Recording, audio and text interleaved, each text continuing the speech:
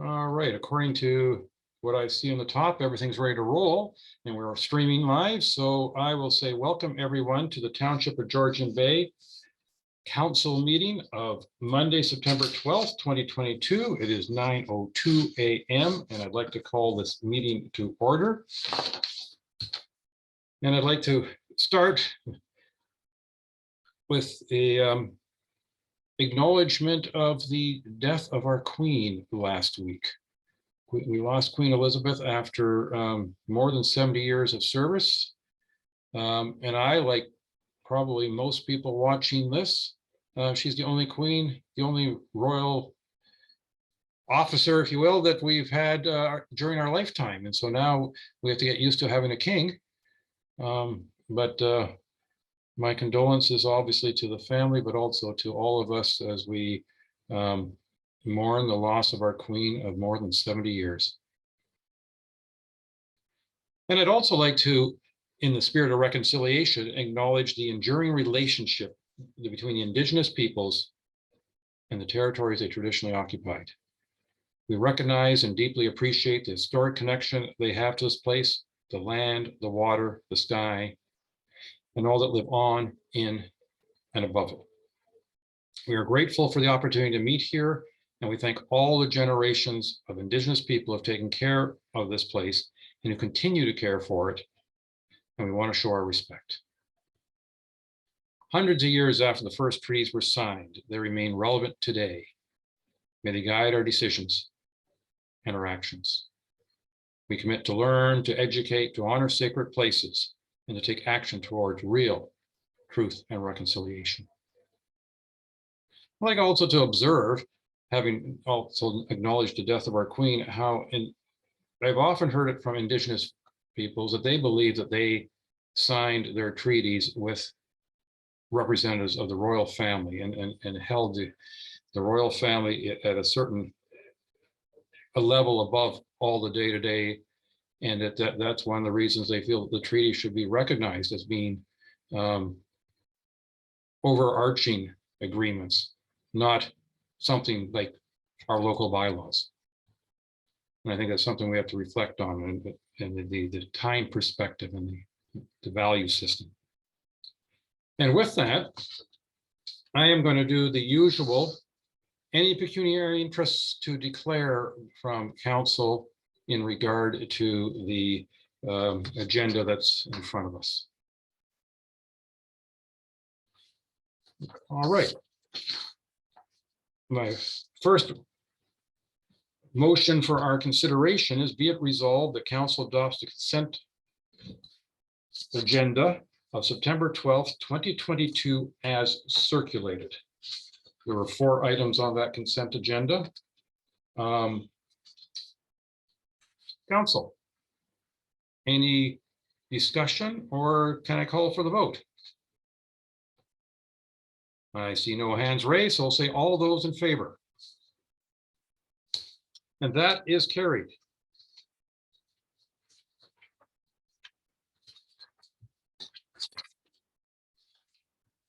Buy a couple of these things. I understand there's no one that's applied for open forum.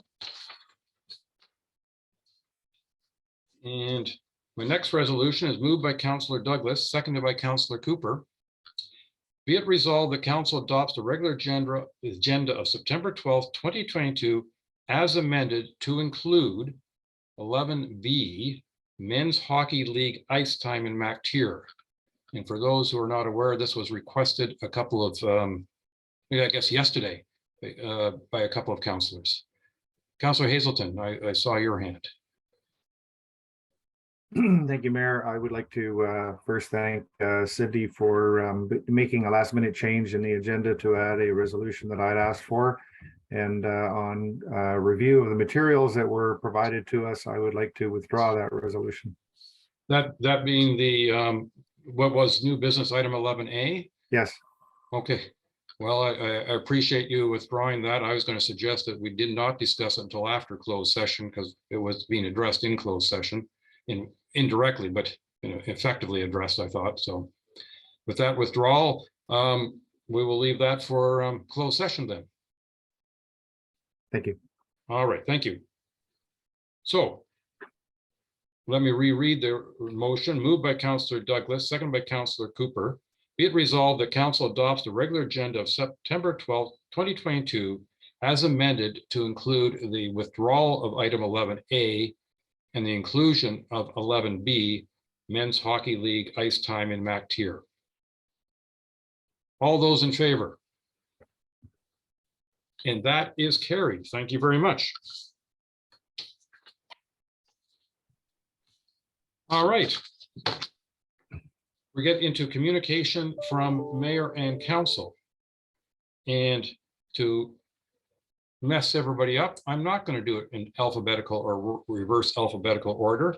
I'm going to start right in the middle of my list from last week. And I'm afraid that means Councillor Hazelton, you're up first. Oh, great. But you never turned your speaker off, so I thought you were raring to go. Yeah, no. I usually take this time to document all the things that I've done. And I haven't been able to do that yet, so we'll do it on the fly here. So one thing that I did want to highlight about the last the time between last meeting and this meeting is our new CAO, Greg Mariotti, has offered me and I think some other counselors the opportunity for some discussions with him and with perhaps members of the community. And I see that collaborative approach, certainly from my perspective, being ideal, very well received by me and I think by others. And I would like to extend a specific thanks to our CAO for taking this kind of approach. I think that in the world of effective working relationships, transparency and openness is very important. And thank you very much for that. As far as other items, it's actually been a surprisingly busy month with many calls and emails and material coming my way from various areas of the community. So that's kind of in line with I think what is typical of this role as a counselor. We had on the 26th, the Friday of the 26th of August, we had our last planning committee meeting of this term of council.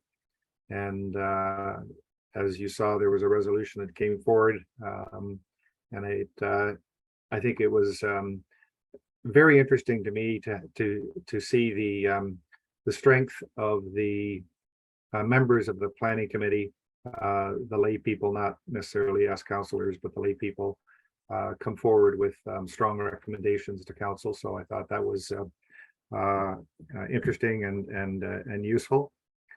And what other key things here? As far as other key items, the library board and the library staff got together for a staff appreciation dinner. That was an in-person event. One of the first in-person events that I've had for a while. I have to confess I was a little concerned afterwards that I may have contracted or been exposed to COVID, but I continue to be healthy and don't seem to be concerned about those things. So perhaps sitting at the other end of the table was probably a good thing. But I think what was interesting to me is it seemed everybody was very interested and appreciative of the opportunity of getting together for that kind of mini social event. So not only was it good to get together with people, but it was also good to observe the reactions of people. And other than that, as I say, lots of opportunities to meet and talk with people. And I'll pause there and turn it over. Well, thank you for that. Councillor Douglas. And I'll Good say morning, followed by everyone. Councillor Jarvis. I should probably give people warning because I'm going in this weird order. Sorry. Everybody's frantically writing their notes. Good morning, everyone. Yeah, it wasn't that busy a month for me. I attended the waste management special meeting, which I think most of us did.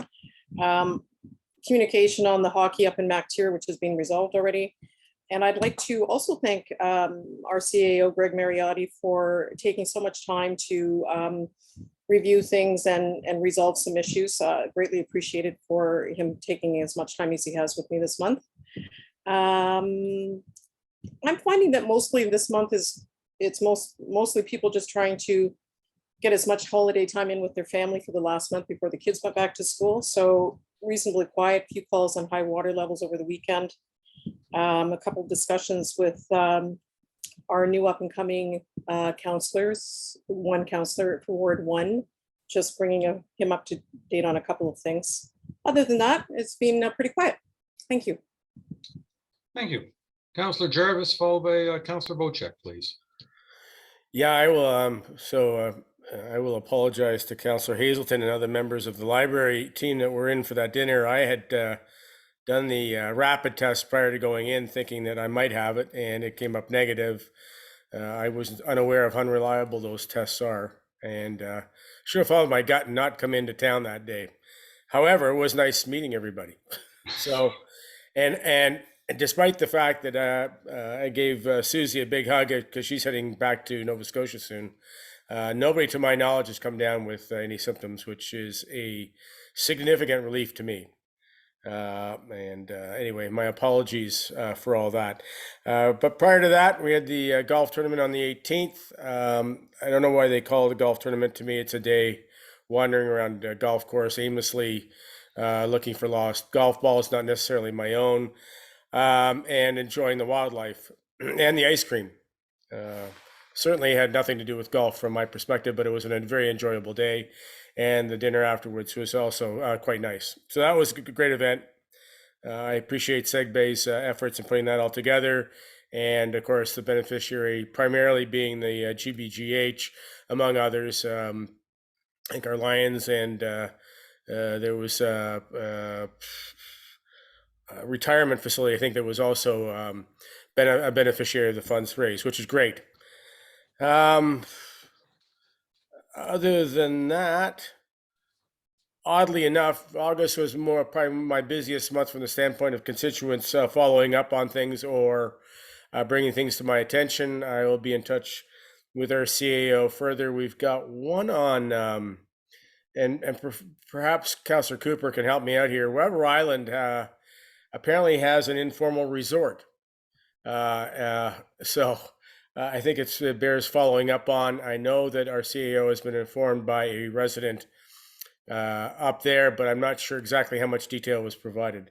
That's among other things. But yeah, we're getting these complaints about large boats tying up at docks on properties that have no buildings. Apropos of Browns Bay, we've already discussed, but another one on Weber Island.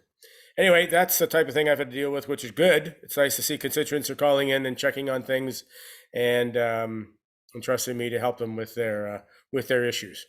But I think that's a pretty quick summary. Segbay, nothing's going on since the golf tournament. I know the next Segbay meeting is coming up.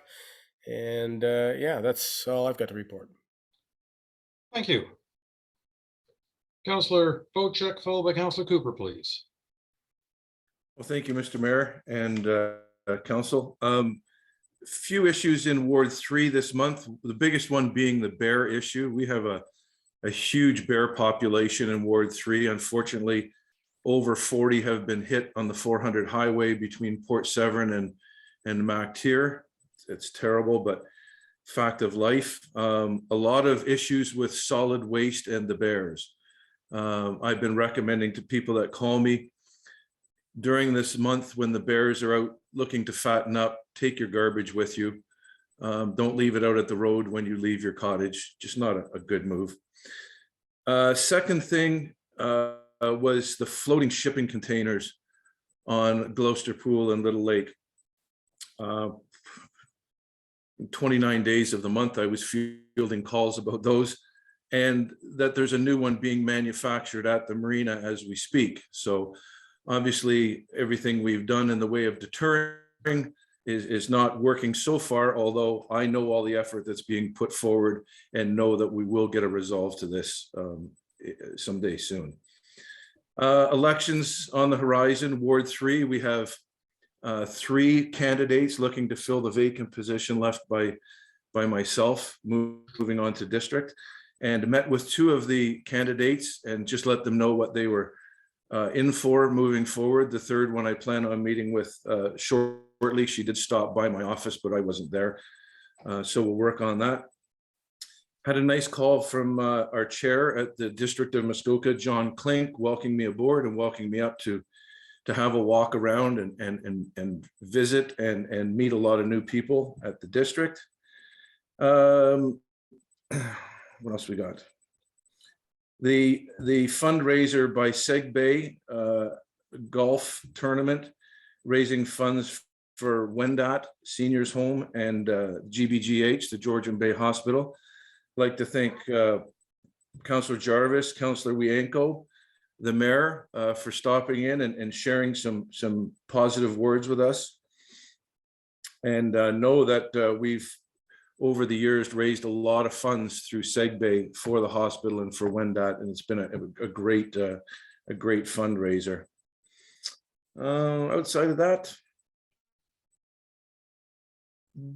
that's it. All right, thank you very much. Councillor Cooper, followed by Councillor Rienko, please. Mayor, good sir, and I will be relatively brief here, but I have a few things to report. Busy month. I won't repeat all the events that many of us attended. It's quite active.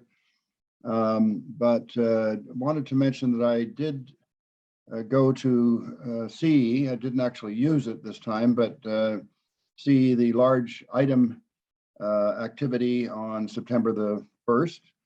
And at the church in Cognachine. It was quite interesting. And I wanted to thank our CAO Mariotti for organizing that and for the other communities. I think it was used, not heavily used, but given the sort of more or less last minute nature of putting it together, it's understandable that, you know, it may not have been used as much, and it was during the week. So I'm hoping next year when we have it, we have a lot more warning, and that we can organize it on a weekend, and ideally consider it in the higher season, shall we say. The last 2 or 3 weeks of July would be probably more sensible. Anyway, we can talk about a little more of that in the future, but I did want to mention also that it has been reported to me that at the 2 previous large item events in Cognachine, that there was a lot of unpleasantness, people that were very rude, et cetera, et cetera. This was all reported. I happened to attend one of those and didn't find anything of the sort, but I wasn't there the whole day. But I did talk to the host, Mr. Tom Halpenny, past president of the Cognachine Cottages Association, about this report. And he said there might have been a couple of people that could have been more pleasant, but he said certainly there was not a lot of animosity. He said that just is not an accurate report. So I wanted our council to be aware of that we're hearing stories that things were way offside, and that's just not true.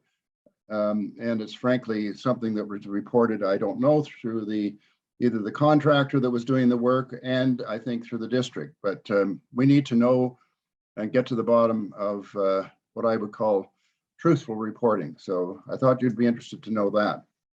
The other thing, Councillor Jarvis mentioned a resort of sorts on Weber Island. I'm not aware of anything like that, but I'm interested to hear that. I did hear about a resort, however, of sorts, a wedding venue or something on Potato Island, which is new to me. Sometimes weekends where a wedding is hosted and somewhere between 100 and 200 people attending. at a place that hosts these, and I'm not aware of a commercial facility or anything of the sort. So I'd be interested to hear about that from maybe Councillor Bocek, but it is a bit concerning, and I thought I'd mention that. And that's it for now. Thank you. Thank you. Councillor Rienko.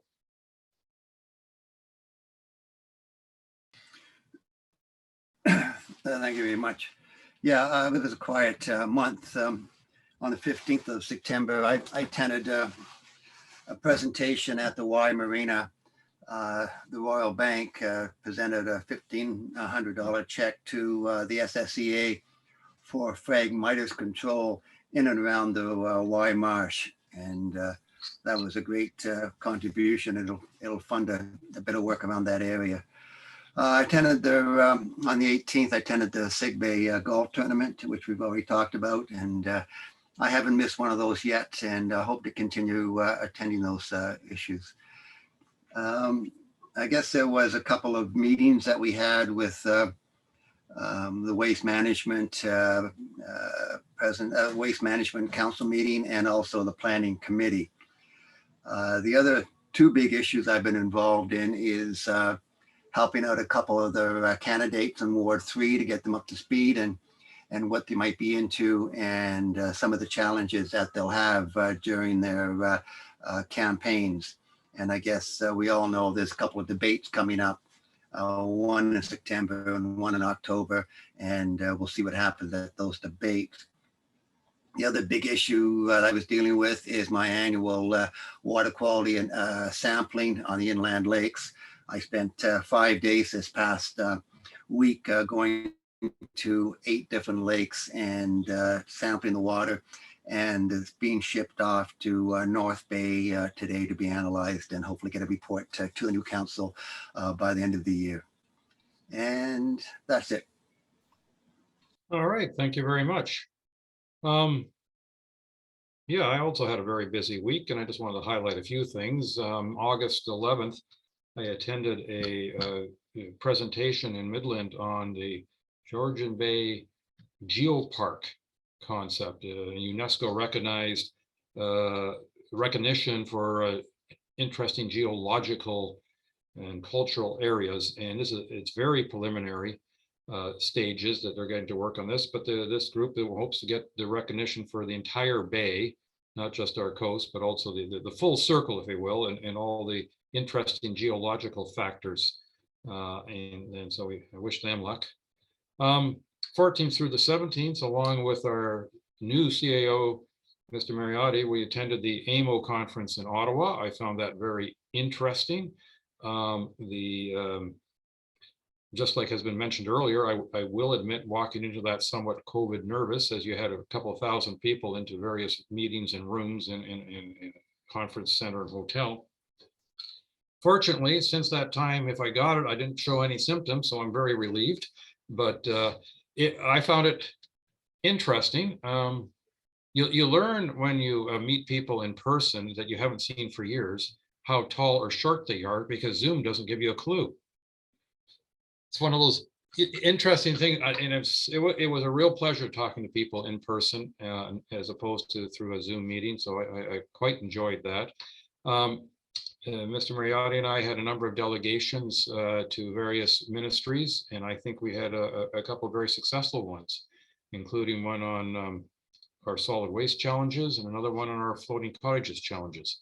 And not that I can report results to you, but I can assure you that individuals in these appropriate ministries are very aware and very interested in helping us find a solution. So I think that's a positive, that they are willing to work with us. Yeah, also attended the Sigbay golf tournament. I did not golf for the benefit of everybody else and the course itself. No damage done by me, but I quite enjoyed meeting everybody and driving and walking part of the course and the dinner afterwards, of course, which was great. So a great day. And just a little follow-up with regards to the Georgian Bay General Hospital. In case you don't know, it's on the 24th, Saturday the 24th of this month, that they're holding their fundraising gala at Discovery Harbour. So if anybody's interested in that, I would suggest that you consider attending. My wife Wendy and I will be there on the 24th to support the hospital. The 19th, election nominations closed. If I understand Ms. Way correctly, she had 2 people come in the final day to sign up, and I don't think it's a bit of a stretch for us to understand that those folks were for the Ward 3, because that's the only one we have an election. I mean, my congratulations to everybody who's been acclaimed, you know, including one newcomer, Steve Predko, for Ward 1. And my congratulations and thanks, even though we'll do it far more appropriately at the end of the term, to our 2 retiring councillors Douglas and Yanko, for their service. But yeah, no, I will admit to being a little bit surprised that 6 out of 7 seats are acclaimed. Hopefully that's a positive indication more than it is a negative one, but I'm sure it's a bit of both. But there you go. We'll all appreciate that we don't have to campaign. On the 20th, I attended a celebration of life for Larry Simons, a longtime resident of this area and a longtime friend of mine. And what's interesting for me about going to a celebration of life is all the people you meet and the stories you hear going back decades. And it gives you a bit of a perspective on not only the individual you're celebrating, but the whole community. And I found it a very interesting event that way. On the 24th, I found myself in Parry Sound for a Environment Canada and Climate Change round table with the Deputy Minister was there, no, I think the right title is Parliamentary Secretary. I should have that correct, but it was an interesting round table. A number of us from the greater area talking about how they can support climate change in our environment, and you know, and so I found that quite a worthwhile exercise. Numerous, just like all of you, numerous phone calls, and it's interesting. I found a lot of people phone and they have at the least concerns and sometimes passionate complaints about operations. But I've had a number of interesting phone calls, and I want to, I'll just, the last one happened to be on Friday from a gentleman, and but he's not unique, and I have a few others. Very frustrated with the planning department delays, very upset about why can't we do this, and maybe we should do that. And at a certain, but then, interestingly enough, he said, and then he talked to one of our planning department staff, you know, and right now our planning department staff is Ali, Catherine, and Marcia. He talked to one of them and he was feeling much better. And I've heard this from people who've dealt with any one of those 3 individuals, how once they start talking to the individual, then they feel okay. Now they understand. They understand that there's been a staffing shortage. They understand that we have challenges, but then at least they feel it's going ahead. And my hat's off to our staff. Having said that, I was able to get some good suggestions from him and his ideas of how we should improve things, and those that will come up in conversation as we go forward over this meeting and other meetings. But I just want to suggest that not only am I getting calls that are people with worries and concerns, but also people who are complimentary of the work that's being done in our staff. And I think we have to remember that, especially we remember that when we're hearing somebody yelling at us, so to speak, that, you know, well, actually, you know, our department, our staff are doing a pretty good job. Have to remind everybody that the Honeybee Festival is October 1st. If you're interested in volunteering or helping out in one way or another, you can talk to Mr. Jarvis's wife, Laura, because she's a volunteer coordinator. More information you can get from Ms. Walton or Ms. Schneier. And I encourage everybody to keep October 1st open on their calendar in downtown Honey Harbor for the marketplace and our Honeybee Festival, followed by a gala dinner that evening at Oak Bay. And with that little bit of advertising, that I would like to turn this over to our CAO, Mr. Mariotti. Thank you, Mayor Coutier. Good morning, Council. And this month was largely driven by all things waste. Again, as Mayor Coutier mentioned at the AOMA, we had a good delegation with the Ministry of Environment, Conservation and Parks, together with the district. The large item pickups on the water, I believe that was a success. It was a very quick, short turnaround. However, as soon as we got the green light from the district, we put the wheels in motion. So from what I understand, it went very well, and it was very well received. So that was good. And also in terms of waste, staff is going to be setting up a meeting with the district to together with Hutchinson Environmental to talk about the waste summary that Hutchinson had brought forth to special council meeting on the waste bin sites. So I'll be keeping you posted over the coming weeks as to how that goes. Food cycler, again related to waste, on the food cycler. So we're working together with the Township of the Archipelago in trying to source some funding and also bringing the district on board, so that hopefully we have some external monies there to be able to implement a food cycler or a similar system as part of our overall waste management strategy. And what else do we have here? Floating accommodations, again, as Mayor Coutier had mentioned, we had a very good session with the MNRF at AMO, and I know Mr. Avery will be updating us later on. However, this area has been heard loud and clear by our provincial colleagues, so we are working together in partnership with the province as well as with the feds. So that's some good news there also. And just an update on a couple of administrative items. So staff, as you know, is working on a short-term rental policy that's going to be coming out for a council review later on this year. But in the meantime, you should be aware as well that there is a guidance document that's been sent out. And that's really to make everyone aware that owning a rental also comes with the responsibilities too.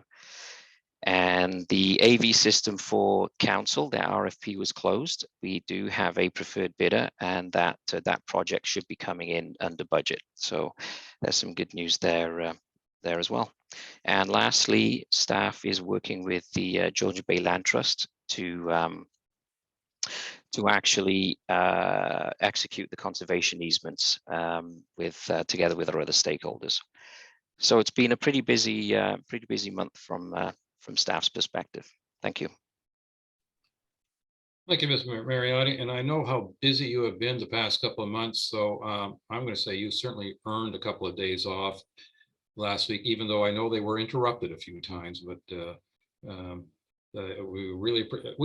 what I can tell, you're off to a great start. All right. With that, we're on to all one of our staff reports. And I believe that's from Mr. Sokash in regard to the Honey Harbour Pickleball tender results. Thank you, Your Worship. Yes, we closed the tender for the pickleball court construction. There was only one bidder, and just prior to closing the tender, we heard from a couple of interested bidders who indicated that they wouldn't be bidding due to their workload this year, as well as the tight time frames we tried to impose. So we did receive one submission. It was about $125,000 over budget from Aaron's Construction. Due to the nature of this project being partially funded by, or half funded by a residents group, and half from the township's reserve, as well as what we heard from contractors, we're suggesting that this tender be canceled and we reissue it in December or January, when we expect to have more proponents interested, as well as receive, we think, better pricing for the project. We did discuss this with the residents group, and they fully supported this approach, and therefore we're bringing it to council for your affirmation. Okay, thank you very much for everybody's information. I have moved by Councillor Bocek, seconded by Councillor Wienko. Be it resolved that the tender issued for the construction of new pickleball courts in Honey Harbour be cancelled, and that a new tender for the construction of pickleball courts in Honey Harbour be issued in the fall of 2022. Council, any discussion? Councillor Bocek, please. Thank you, Mr. Mayor. I'm just wondering if it would be an issue if you removed my name as the mover and shaker on that. There could be a conflict of interest since Blue Water Resort, which I manage, is the neighboring property, and our patrons will certainly be taking advantage of the pickleball courts and the hockey rink. So if we could just have another councillor step forward on the motion there, it'd make me more comfortable. Well, I'm going to volunteer Councillor Cooper if that's all right. Okay. So we'll have moved by Councillor Cooper, seconded by Councillor Wienko. Any other comments?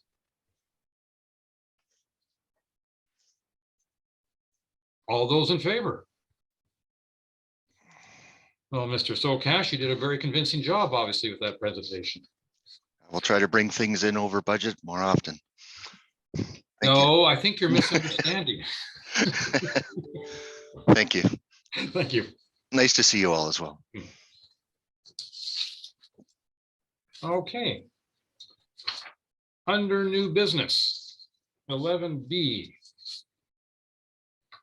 Councillor Wienko, you asked if we discuss ice time in Mactier, please. Well, just that Councillor Douglas and I have received correspondence from concerned citizens in Mactier that the ice rink may not necessarily be available on the weekends. And I don't know if in the short term or long term, but I think it's important that, especially with the kids on Saturday morning hockey or Saturday afternoon skating or whatever, that the arena be open during the weekend. And the one concern, of course, is men's hockey on Sunday night, which is a big draw. And so I think Brad's been working on this, and I guess he should have a report for us, a verbal report, and then we can go from there. Thank you. Mr. Sokash. Thank you, Your Worship. Yes, we did receive an inquiry from a person that runs a men's hockey league asking for Sunday nights. Right now, the issue we have is we're two staff members short, and we're trying to catch up for getting ready for the winter. We don't have a mechanic right now, so our staff are having to assist in getting the trucks ready for the winter that's coming, even though I know it's only September 12th, but the work starts now to prepare for it. So we tried to explain to the proponent that in the short term, so the next month or two until we have more staff, or until possibly when the winter hits, we're in tough shape to try and staff it. We'll be into overtime for staff if they're available to staff that. And that once we have a mechanic, or once the winter comes, we should be able to staff it then. And that's what we've passed on. Now, you can always try to run it on with overtime. But when the snow starts flying, we end up with our employees working quite a bit of overtime, and first priority is the roads. So in the short term, at least until the start of December, I think we'll be in tough shape trying to staff it. And that's what we passed on. That's the concern I have right now. We do have a policy that does allow it on Sundays, but because of our staffing situation right now, we're having a bit of difficulty. We think one of the open positions should be filled within the next month, and that will help us quite a bit. All right, thank you. If I can ask a question, in past years with ice in the rink, do you have any stats on which days were the most used or not used? Most of the ice usage is Monday to Friday. And then on Sundays for the men's hockey, I believe it was 2 or 3 hours. And we would have a staff member in for an regular 8-hour shift. And the other hours, they'd be typically clearing snow around facilities, doing some cleaning of facilities. things of that nature. I don't believe we've had much ice rental on Saturdays for a couple of years now. Even pre-COVID, it had slowed down quite a bit. It was going to surrounding municipalities. So that's where we sit right now. All right, thank you. Councillor Yanko. Well, I think that there would be people in MacTier somewhat disappointed, and I wonder if there's an opportunity to maybe do a split shift with somebody during the week so they'll be available on Sunday night. Or is there a possibility to talk to this proponent and say, okay, well, what about Friday night, something like that? I don't know what's happening there Friday night, but maybe they can do a Friday night for a couple of months and then go back to the Sundays on come December. But I'm just wondering, and I guess I should kind of indicate to Greg that this is fairly important to the MacTier community, and not having the rink available on the weekend doesn't seem right. But is there any way we could change the date for a couple of months with them? Have you talked to them about that option, or having a split shift where somebody can be made available on Sunday? Through the mayor, we did offer another night during the week, but they weren't just interested. I think they have difficulty getting people out during the week. We have suggested to put it off for a month or two and didn't receive a response back on that, I don't believe. So split shifts aren't something I believe that are permitted under our collective agreement. So it is an 8-hour shift. All right, thank you. Councillor Douglas, followed by Councillor Wojcik, please. Yeah, thank you. Councillor Bianco is correct. It is very important to the community of MacTier to have activity on the weekends, and I realize we have a shortage in staff. Brad, are we looking for 1 or 2 people, or just one person, or? Right now, we're looking for 2 people. Great. Well, I personally would like to know what the cost factor would be to have the overtime for at least the Sunday night, even if it's just for the 2 months until we have the staffing in place.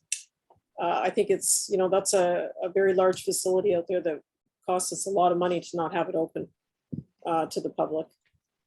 So I'd like to know if there's some way that we can take a look and see what the cost factors would be to have somebody go in there overtime, if that's our only option. I think that will be, and I'm happy to look into it further. And if we can do something in the short term without coming back to council, then move ahead with that, with CAO Mariotti's approval, of course, first. All right, thank you. Councillor Wojcik, followed by Mr. Mariotti. Thank you, Mr. Mayor. Question is for Brad. Brad, is there any possibility that any of this empty time at the arena can be filled by a volunteer? And I understand that obviously clearing the ice and cleaning the ice with a Zamboni is a trade and a skill that you have to have somebody properly trained to do it. But if it's simply somebody to be there to unlock the door and lock it up when they're done, is there the possibility of using a volunteer that has registered and filled out any proper paperwork they need to do that, to keep this open? Brad, could you elaborate on that? Sure. Through the mayor, that's not really an option because of the ammonia in the cooling system. If the rink is being used, if the ice is in, the cooling plant is running, and the rink is being used, we have to have a staff member on site. In the summers, when the floor is being used, the ice plant is not running, and therefore that's why it can be used without a staff member being present. But when the ice is in, when the ammonia plant is using, it's a TSSA requirement that a trained staff member be on site. So a volunteer, unfortunately, is unlikely to fit that bill. Okay, well, thank you for that, Brad, and the clarification. But I will remind everybody that men's hockey is not just about a bunch of guys getting together and drinking beer. It's an institution, and the youth look forward to becoming men to play hockey in men's hockey. And the children look to become used to become men. And it's part of a community. It's a part of knowing each other and working together. This is very, very important. We all know the rink is a white elephant. We all know that it costs this township a ton of money to operate. It's worth every penny of it for that community. And I certainly will do everything in my power to see that that this rink stays open and that the community gets to use it when it is open. Thank you. Thank you. CEO Mariotti. Yeah, thank you, Mayor Coutier. I totally agree with Councillor Bocek's comments, and I'm fully supportive of Mr. Sokash in looking at some alternatives. I mean, we do have a huge asset there. And I know that staff want to be able to provide the services that the rink offers to its residents. So, I mean, with members of, with 2 staff members down, we're a mechanic down, but we'll see what we can do. Obviously, as Mr. Sokash said, keeping the roads clear are priority number 1. And when staffing is taken to manage that, then we run into you know, staffing issues in terms of time. However, I think what we'll also do as well is look at what is involved in licensing, maybe some volunteers to act as backup, so that this doesn't happen in the future. If there are dedicated volunteers in the MacTier area who are willing to receive the training and the licensing to be able to be present while the ammonia plant is running, then I think that is a great idea that you know, that we could look into, following Councillor Bocek's suggestion. All right, thank you. Now, do you need a resolution from council? I mean, I think the direction's been very clear, but from those who have spoken. No, I don't think there's need for resolution. We get the message loud and clear, and we will report back to council once we find some alternatives. Thank you. I mean, I think the councils have spoken very strongly to the importance of this facility to the community. But I also, if you'll excuse the accountant in me for a moment, investing in putting that ice in and keeping the ice in is kind of wasted if it can't be used. And so I think that's also another factor. You know, why bother putting ice in if it's not available to the community? So I'd also join in the chorus of encouraging creative solutions, if we can find them, to keep that rink available as much as possible. Though I fully respect the challenge, the staffing challenge, because unfortunately, Mr. Sokash's department isn't the only one that suffers from that. Or we certainly aren't the only community that suffers from that. But thank you very much. Thank you, council, and CEO Mariotti. We're looking forward, and Mr. Sokash, we're looking forward to the solutions that you'll be able to provide for the community. Thank you. All right, that was our new business item. We have one bylaw item, the Compliance Audit Committee amendment. And I don't know, Ms. Wade, did you want to speak to that before we call for the vote? Certainly, as you may recall, when this bylaw first came forward, it was noted that all of the members on this committee cannot be a candidate involved with the campaign, etc. They're to be completely impartial. We appointed more members than we needed in case there was an absence or an illness if we did need the committee. But what happened was one of the committee members decided to file for council. So we are just updating the bylaw to remove them from the membership. All right, I thought the bylaw looked mighty familiar. Yeah. I have moved by Councilor Wankel, seconded by Councilor Jarvis. Be it resolved that council enact bylaw 2022-075 to amend the Compliance Audit Committee membership. Any discussion? All those in favor? And that is carried. Thank you. All right. We got through that agenda quite quickly, so I think what we should do is start closed. I understand from Ms. Way that for a part of close, we may have to wait until we have our consultants available, but I think a portion of it we can do in advance. And with that, I have Moved by Councillor Jarvis, seconded by Councillor Hazelton. Whereas Section 239(2) of the Municipal Act 2001, as amended, provides authority for councils of municipalities to close a meeting or parts of a meeting to the public if the subject matter pertains to a matter identified in Section 239(2). And whereas the Council of Township of Georgian Bay deems it necessary to close this portion of the meeting in order to address matters under the following sections of 239(2),